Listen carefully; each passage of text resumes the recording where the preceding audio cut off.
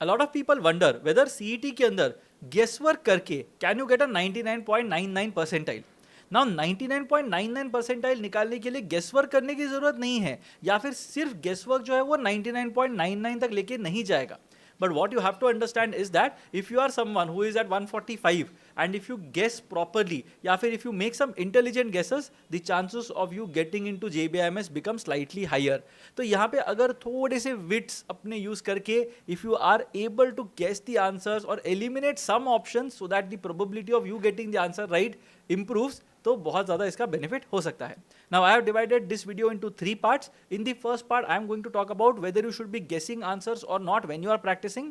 In the second part I am going to talk about when should you be guessing answers, and in the third part I have shared some of my observations in terms of some question types जहाँ पे कोई एक answer हो सकता है या नहीं हो सकता, तो कौन से ऑप्शन को गेस करना चाहिए. तो पहले पार्ट से स्टार्ट करते हैं. शुड यू बी गेसिंग? इसका आंसर बहुत ही स्ट्रेट फॉरवर्ड है, yes you should always be गेसिंग. क्यों? बिकॉज इसका इम्पैक्ट ऑन परसेंटाइल कोई नहीं होता. So if someone has attempted let's say 140 questions, has got 140 out of 140 right, बाकी 60 क्वेश्चंस अटेम्प्ट ही नहीं किए हैं, और कोई और है जिसने 200 क्वेश्चंस अटेम्प्ट किए हैं, 60 गलत हुए हैं बट 140 मार्क्स मिले हैं, तो दोनों की परसेंटाइल बिल्कुल सेम होगी, बिल्कुल उनके परसेंटाइल में कोई डिफरेंस नहीं आएगा. So accuracy has no impact on your percentile. The second thing is कुछ फॉल्स सेंस ऑफ कॉन्फिडेंस मिल सकता है क्या, because I have guessed and I have got a score which I believe I don't deserve.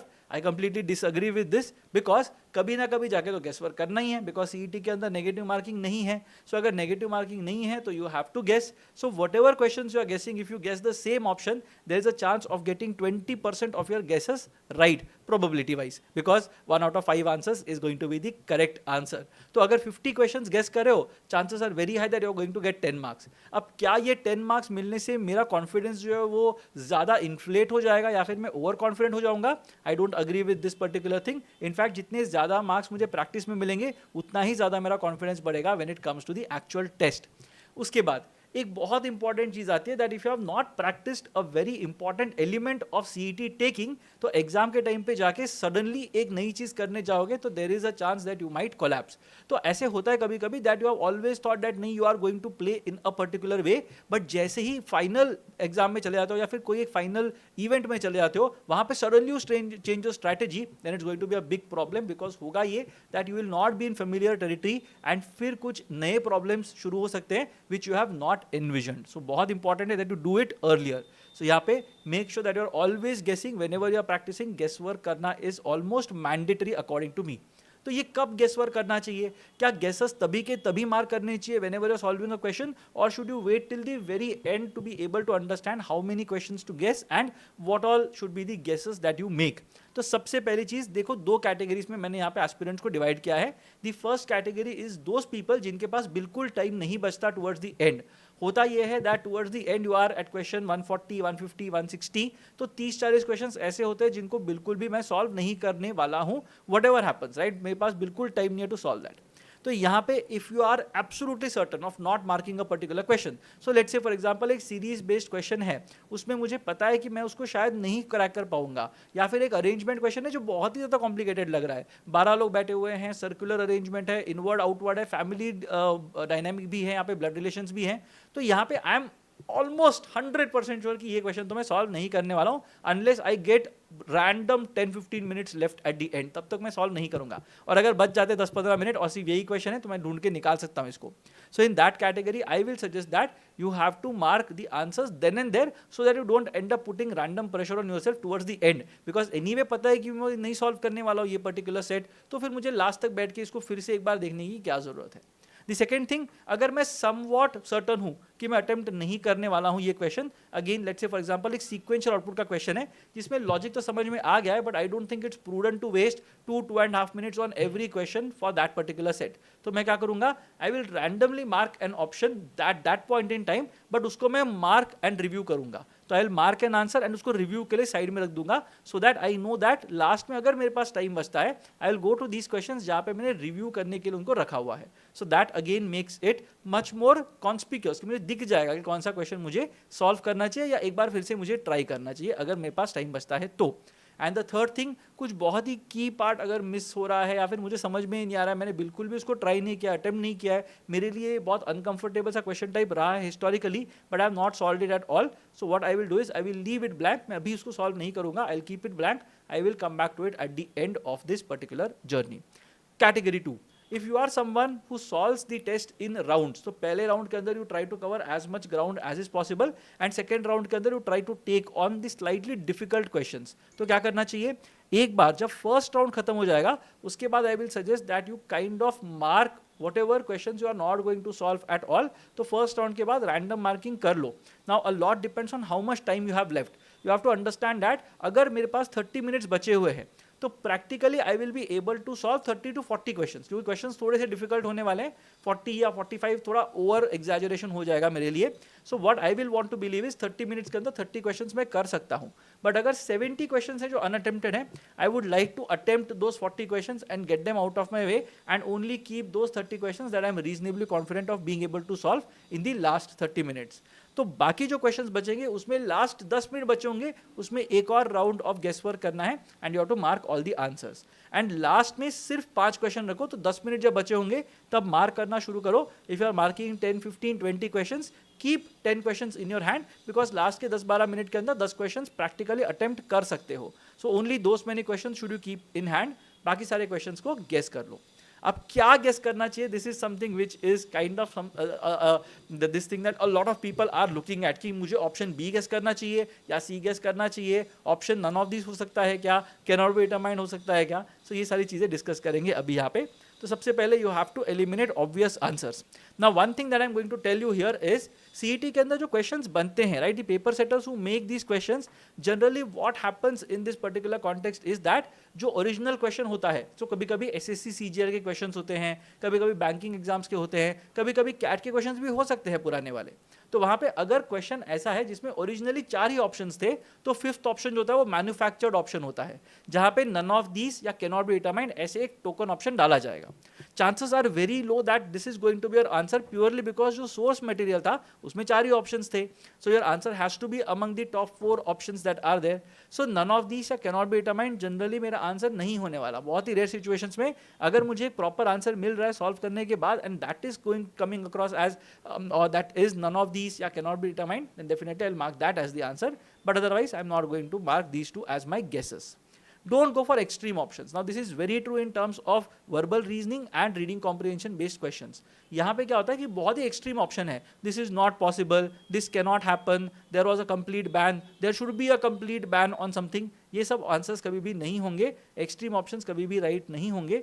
The answers that are, or the options rather, that are moderate in terms of their take on a particular thing, these are generally going to be the right answers. तो यहाँ पे extreme options के लिए बिल्कुल मत जाना, mostly they are going to be wrong.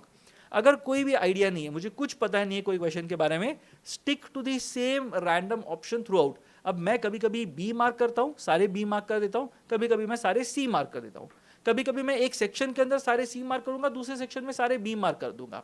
So it is pretty random. ऐसा कोई भी साइंटिफिक थॉट नहीं है that okay marking everything as B increases your chances, ऐसा कुछ भी नहीं है. ऐसा भी नहीं है कि बाकी सारे आंसर्स में अगर बी बहुत कम दिखाई दे तो मैं सारे बी मार्क कर दूं तो मेरा शायद मेरी एक्यूरेसी शायद बेटर हो जाए, ऐसा भी बिल्कुल भी नहीं है. So if you have no clue, you can stick to the same option throughout. Which option to stick to, that is completely up to you. My mood depends or my mood decides basically which option am I going to mark. कभी कभी मेरा mood होता है तो मैं B mark कर देता हूँ, कभी कभी मैं C मार्क करता हूँ, but it's generally one of these two options. Observations क्या क्या रहे हैं in terms of specific question types, jumbled paragraphs या set based questions होते हैं ना, जनरली यहाँ पे सारे के सारे ऑप्शंस अलग अलग होंगे.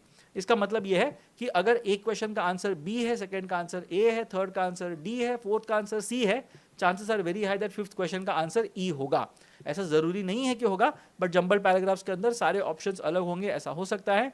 या फिर अगर सेट बेस्ड क्वेश्चंस हैं, लॉजिकल रीजनिंग या डेटा इंटरप्रिटेशन पकड़ लो, तो वहां पे you might have a situation जहां पे सारे के सारे ऑप्शंस अलग अलग होंगे. Why am I saying this, because CET जब पहले कंडक्ट होता था 2010s में या 2000s में जब कंडक्ट होता था, उस टाइम पे they use to follow something like this very religiously, जहां पे पांचों questions of one set use to have different options और डिफरेंट आंसर्स और different options as the answers, ऐसे होता था. तो वहां से कुछ क्वेश्चंस अगर होंगे, वो अगर सोर्स मटेरियल होगा, तो वहां पे भी you will be able to see 5 different options for 5 different questions. जरूरी नहीं है कि ऐसा हो, but if you are finding a particular set जहां पे 4 ऑप्शंस लगातार सी मिल रहे हैं, be slightly careful and try to see if you have made some mistake somewhere और नॉट. अगर नहीं किया है ग्रेट, बट अगर किया होगा तो वो पकड़ा जाएगा वहां पे and you will improve your accuracy a bit. Visual reasoning के अंदर जो सबसे ज्यादा एलिमेंट्स रिपीट होते हैं, these are the options that you have to look at. So let's say for example अगर 2 ऑप्शन है जिसके अंदर स्टार टॉप राइट कॉर्नर पे आ रहा है और 3 ऑप्शन है जहां पे स्टार टॉप लेफ्ट कॉर्नर पे आ रहा है, chances are very high that out of the 3 options 1 will be right. तो स्टार जो है वो टॉप लेफ्ट कॉर्नर पे ही मोस्टली होना चाहिए. कहीं कहीं पे अगर स्ट्रेट ट्राइंगल दिया हुआ है 3 ऑप्शन के अंदर या 4 ऑप्शंस के अंदर और एक ऑप्शन है जहाँ पे ट्राइंगल इन्वर्टेड है, तो इन्वर्टेड वाला ट्राइंगल जो होगा वो मेरा आंसर नहीं होगा. So always try to hunt for majority, always try to look for maximum overlaps. जिस फिगर में सबसे ज्यादा ओवरलैप दिखेंगे, chances are very high that that is going to be our answer. तो अगर विजुअल रीजनिंग में कुछ आइडिया नहीं है, you can may be use this strategy. Data sufficiency के लिए if I have to guess something, I will always go for both the statements are required. मैं कभी भी only A is required, only B is required या either is required या none is required, ये इसमें मैं नहीं जाऊंगा, या नन ऑफ देम और even together they are not sufficient, ये वाले में मैं नहीं जाऊंगा. I will generally mark both are required as my answer when it comes to data sufficiency. तो अगर टाइम नहीं है, समझ में नहीं आ रहा, always go for both are required. Quantitative comparison के अंदर बहुत बार ये होता है that there is no relationship that can be established between X and Y. Quadratic equations अगर आते हैं, if one side you are seeing a positive and a negative term that is possible, second में भी positive negative दिख रहा है, chances are very high that the relationship will not be determined. तो यहाँ पे क्वांटिटेटिव कंपैरिजन क्वेश्चंस के अंदर no relationship determined, that is mostly going to be your answer. Syllogisms के अंदर जहां पे भी यू सी इधर और वाले ऑप्शंस, सो अगर सम आर नॉट, इसको मुझे नोट करना है. सो what I will say in this context, I will say some are and no is. So some S are Bs and no A is B, these are mutually exclusive and collectively exhaustive options. तो यहाँ पे अगर मैं ऐसी situation में आ जाता हूँ, I definitely go for इधर और वाला आंसर जो भी होगा, इधर ए और बी, ऐसे वाले जो आंसर्स होंगे उसके लिए मैं उस पर मैं ज्यादा बेट करने की कोशिश करूंगा. कैलकुलेशन बेस्ड सेट के अंदर you have to look at last digits. तो मैंने कैलकुलेशन पे एक वीडियो बनाया था, do have a look at that particular live session that I conducted on this very channel. उसमें लास्ट डिजिट एक बार देख लो, मल्टीप्लाई करने के टाइम पे मल्टीपल्स देख लो. तो अगर कोई एक नंबर है जो 7 का मल्टीपल है और वो फीचर कर रहा है मेरे फाइनल आंसर में, my answer also has to be a multiple of 7. सो मुझे सारे ऑप्शन 7 से डिवाइड करके देखने हैं, जो भी आंसर, अगर एक ही ऑप्शन है जो 7 से डिविजिबल है, that is going to be my answer. अगर 2 या 3 है, then I have to may be calculate and see it. But बहुत बार ये जो रिजोल्यूशन है वो मुझे ऑप्शन चेक करते ही मिल जाता है. Also you have to look at the digital sum वाला concept. So again I had done a session on speed maths के shortcuts. Do check out that particular bit as well, जहां पे I have covered some of the shortcuts that I am talking about. तो sum of digits, digital sum, last digit, multiples, ये सारी चीजें use करके you will be able to guess in a much more refined manner. If you have any other techniques that you generally pursue, do let me know in the comment section as to how do you go about guessing answers.